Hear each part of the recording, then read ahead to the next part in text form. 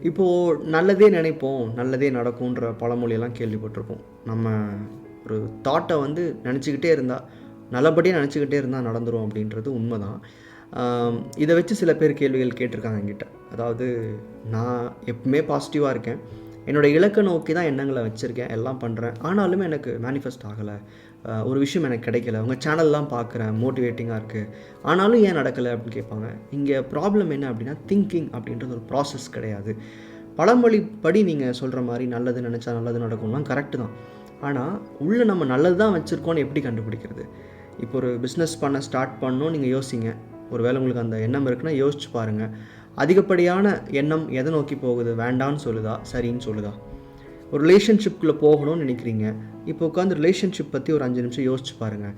என்ன மாதிரியான எண்ணங்கள் உள்ளே வருதுன்னு பாருங்கள். அதாவது நம்ம கான்ஷியஸாக பாசிட்டிவாக இருக்கிறது வேறு, நமக்குள்ளே என்ன எண்ணங்களை சேகரிச்சிருக்கோன்றது வேறு. இப்போ நம்ம வீட்டுக்குள்ளே எவ்வளோ குப்பைகள் போட்டு அசிங்கமாக வச்சுருந்தா கூட இன்னொருத்தர் வரும்போது கொஞ்சம் அந்த வீடை நீட் பண்ணுவோம்ல, அந்த மாதிரி தான் நம்ம கான்ஷியஸுமே. நீங்கள் என்ன தான் உள்ளே வந்து தப்பான விஷயங்களை தேடி படித்து பயத்தோடு இருந்தால் கூட மேலே வந்து பாசிட்டிவாக எனக்கு இந்த மாதிரி வீடு வாங்கிடணும், இப்படி ஒரு பிஸ்னஸ் ஸ்டார்ட் பண்ணி நான் எல்லோரும் பார்க்குற மாதிரி நான் ஒரு பெரிய விஷயம் செய்யணும், இதெல்லாம் இருக்கும். ஸோ எண்ணங்கள் வாழ்க்கையாகுன்றது கரெக்டு தான். அது நல்ல எண்ணங்களாக உள்ளே இருக்கா அப்படிங்கிறது தான் இங்கே பெரிய கேள்விக்குறி.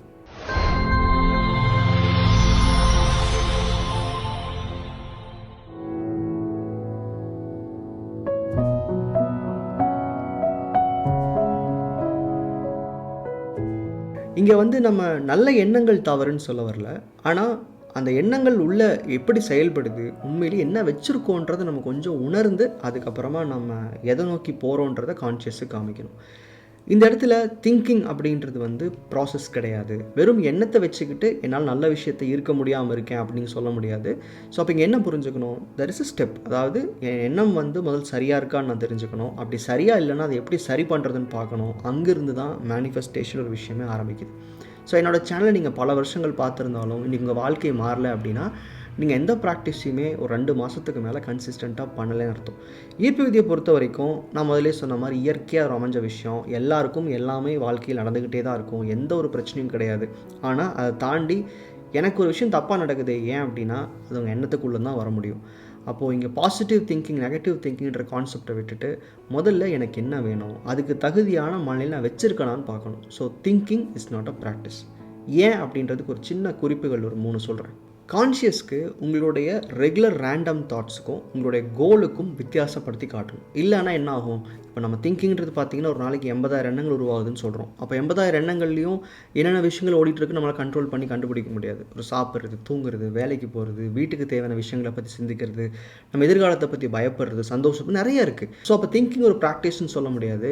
கான்ஷியஸ்க்கு நம்மளுடைய ரேண்டம் டே ட்ரீமிங்க்கும் நம்மளுடைய ரியல் ட்ரீம்ஸ்க்குமான வித்தியாசத்தை காமிக்கணும். ஏன் ப்ராசஸில் வந்து ஸ்கிரிப்டிங் ஒரு விஷயம் பண்ணுறோம், ஏன் விசுவலைசேஷன் ஒரு விஷயம் பண்ணுறோம் அப்படின்னா, இதுதான் என்னுடைய உணர்வு அப்படின்னு சொல்லி ஒரு திங்கிங்கை ஃபீலிங்கோட, அதாவது உணர்வோடு சேர்ந்து கொடுக்கணும். ஒரு எண்ணத்தை உணர்வோடு கொடுக்கறதுக்கும் நான் வந்து ஃப்ரீயாக இருக்கும் போதெல்லாம் என்னுடைய புது வீட்டை நான் கற்பனை பண்ணி பார்க்குறதுக்கும் வித்தியாசம் இருக்குது. நம்ம ஒரு 1000 எண்ணங்களுக்கு நடுவில் ஒரு நல்ல எண்ணத்தை பதிய வச்சோன்னா கான்ஷியஸ்க்கு அது ப்ரியாரிட்டியில் வராது. நம்ம 1000 எண்ணங்களில் ஒரு 700 எண்ணமாவது நம்ம தேவைகளை பற்றி இருக்கணும். அதாவது டெய்லி ப்ரியாரிட்டைசேஷனில் கான்ஷியஸ் இங்கே பாரு எனக்கு இதுதான் இம்பார்ட்டன்றதை புரிய வைக்கணும். அது வெறும் தனிப்பட்ட ஒரு எண்ணமாக காமிக்காமல் உணர்வோடு கலந்து அந்த இலக்கை வந்து உங்கள் கான்ஷியஸ்க்கு விதையாக கொடுக்கணும். ஸோ அப்போது டிஃப்ரென்சியேஷன் ரொம்ப ரொம்ப அவசியம். அதனால தான் வந்து வெறும் எண்ணங்கள் இங்கே வந்து வாழ்க்கையாகாதுன்னு சொல்கிறேன். இன்னொரு விஷயம், இதை வந்து தொடர்ந்து செய்யணும். இப்போ நமக்கு எப்பாவது ஒரு பெரிய கில்ட் ஃபீலிங் வரும்போதோ, யாராவது நம்மளை அவமானப்படுத்தும் போது தான் வந்து நம்மளுடைய இலக்குகள் நம்ம மைண்டுக்கு வரும். இவன் இப்படி சொல்லிட்டாங்க, என்ன என்னால் பண்ண முடியாதா, நான் பண்ணி காட்டேன்னு சொல்லி 4 நாள் ஃபோர்ஸ்டாக இருப்பீங்க, அப்புறம் மறந்துருப்பீங்க.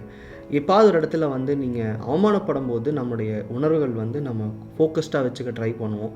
அந்த மாதிரி இல்லாமல் கன்சிஸ்டண்ட்டாக, அதாவது ஒரு ரிசல்ட் வருதா இல்லையா, இன்னொருத்தர் வந்து திட்டுறாங்களா இல்லையா, இன்னொருத்தரை பார்க்குறாங்களா இல்லையா, அப்படியெல்லாம் இல்லாமல் உங்கள் இலக்குகளை நிரந்தரமாக உங்களால் ஃபோக்கஸ் பண்ண முடிஞ்சிருச்சு, அதை சார்ந்து வேலைகள் செய்ய முடிஞ்சிருச்சுன்னா கண்டிப்பாக உங்களால் உங்கள் ரிசல்ட்ஸ் ஒரு 3 to 4 monthsலேருந்தே பார்க்க முடியும். இன்னொரு விஷயம் நல்லா புரிஞ்சுக்கணும், திங்கிங் அப்படின்றது நமக்குள்ளே பாப்பப் ஆகிற ரேண்டம் தாட்ஸ் தான். ஜென்ரலாக நான் இப்போ இந்த வீடியோ பண்ணிட்டு இருக்கும்போது எனக்குள்ளே அட்லீஸ்ட் ஒரு 100 எண்ண ஓட்டம் வந்திருக்கும். உங்களுக்கு எக்ஸாம்பிள் சொல்கிறதுக்காக, இல்லை பாஸ்ட்டில் சொல்லியிருக்கேனா அப்படின்னு யோசிக்கிறதுக்காக எண்ணங்கள் ஓடும் இல்லை. ஸோ அப்போ திங்கிங் அப்படின்றது வந்து டிரெக்ஷனாக இருக்காது. அதாவது ஒரு ஊருக்கு போகிறதுக்கு 10 வழி இருக்குன்னு வச்சுக்கோங்களேன், நம்ம எண்ணங்கள் எப்போது 10 வழியும் ஓடிக்கிட்டு இருக்கும். இதில் கொஞ்சம் ஓடிட்டுருக்கோம், அங்கே கொஞ்சம் யோசிச்சுட்டு இருக்கோம், ஹெல்த்தை பற்றி யோசிப்பீங்க, உலக பிரச்சனை இந்த மாதிரி நிறைய ரேண்டமாக நம்ம தாட்ஸ் டீவியேட் ஆகிட்டே இருக்கும். அப்போ கான்ஷியஸ்க்கு என்னோடய எண்ணங்கள் இதை நோக்கி தான் போகுது அப்படின்ற அந்த டிரெக்ஷனை காமிக்கணும். அதுக்கப்புறம் என்ன பண்ணணும், நான் வந்து இன்றைக்கி ஒரு பர்டிகுலர் பிஸ்னஸ் ஸ்டார்ட் பண்ணணும்னு நினைக்கிறேன்னா, இன்றைக்கி நான் ஒரு வேலைக்கு போகிறேன், கம்மியான சம்பளத்தில் இருக்கேன், ஆனால் அந்த பிஸ்னஸ்க்காக என்னுடைய எண்ணங்களை எங்கே செயல்படுத்துகிறேன், அதாவது வெறும் ட்ரீம்ஸ்க்கு மட்டும் நம்ம எண்ணங்களை பயன்படுத்தாமல் அந்த பிஸ்னஸை நோக்கி என்ன செய்கிறேன், இன்றைக்கி 4 பேர்த்த விசாரித்தேன், இல்லை அதை பற்றின ஒரு கோர்ஸ் நான் படிக்க போனேன், இல்லை என்னுடைய ஒரு நல்ல ஒரு சீனியர்கிட்ட போய் நான் அந்த பிஸ்னஸை பற்றி ஒரு தெரிஞ்ச ஒப்பீனியன் நான் கேட்குற மாதிரி ஏதோ ஒரு விஷயம் அதை சார்ந்து நகரணும்.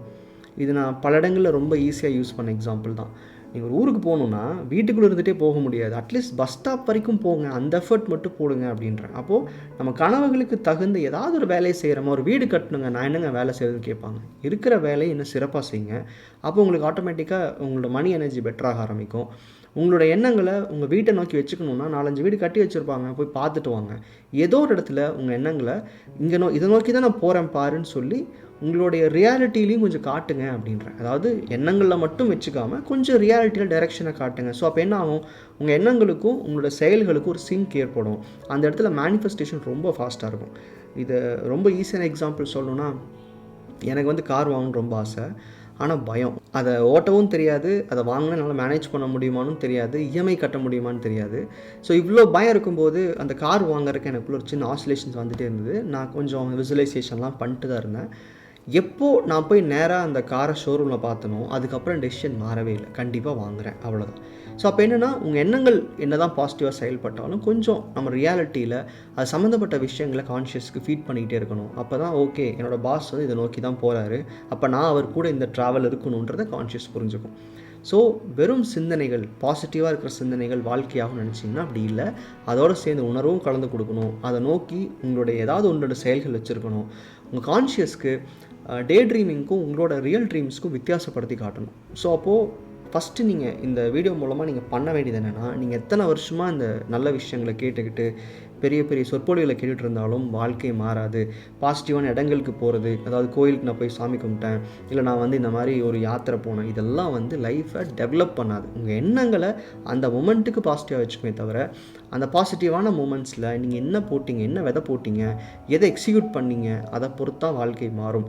ஸோ வெறும் டே ட்ரீம்ஸ், வெறும் தாட்ஸ், வெறும் பாசிட்டிவான எண்ணங்கள் வாழ்க்கையை மாற்றுன்றதை விட்டுட்டு அதோடு சேர்ந்து ஒரு எமோஷனையும் கலந்து கொடுக்கணும் அப்படின்றது தான் இந்த வீடியோ நான் சொல்ல வரேன். ஸோ ப்ராக்டிஸ் ஸ்டார்ட் பண்ணுங்கள், ஸ்டெப் பை ஸ்டெப்பாக ப்ராக்டிசஸ் பண்ணுங்கள். எல்லா விதமான ஈர்ப்பு விதி பயிற்சிகளும் நான் ஓரளவுக்கு ஷேர் பண்ணிட்டேன் சேனலில். அது போக என் கோர்சஸும் இருக்குது. நீங்கள் ஒரு வேலை எனக்கு ஸ்ட்ரக்சர்டாக இன்னும் டீட்டெயில்டாக வேணும்னா நீங்கள் லைஃப் கோச்சிங் எடுக்கலாம். அதை பற்றின டீட்டெயில்ஸ் கீழே கொடுத்துருக்கேன் டிஸ்கிரிப்ஷனில். இப்போது புதுசாக நான் வந்து மணி பற்றின ஒரு கம்ப்ளீட் சீரியஸும் ஸ்டார்ட் பண்ணியிருக்கேன்.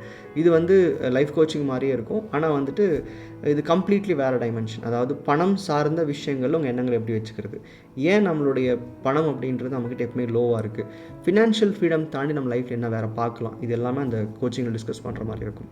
ஸோ கீழே செக் பண்ணுங்கள், டிஸ்கிரிப்ஷனில் உங்களுக்கு ஐடியா கிடைக்கும். நன்றி.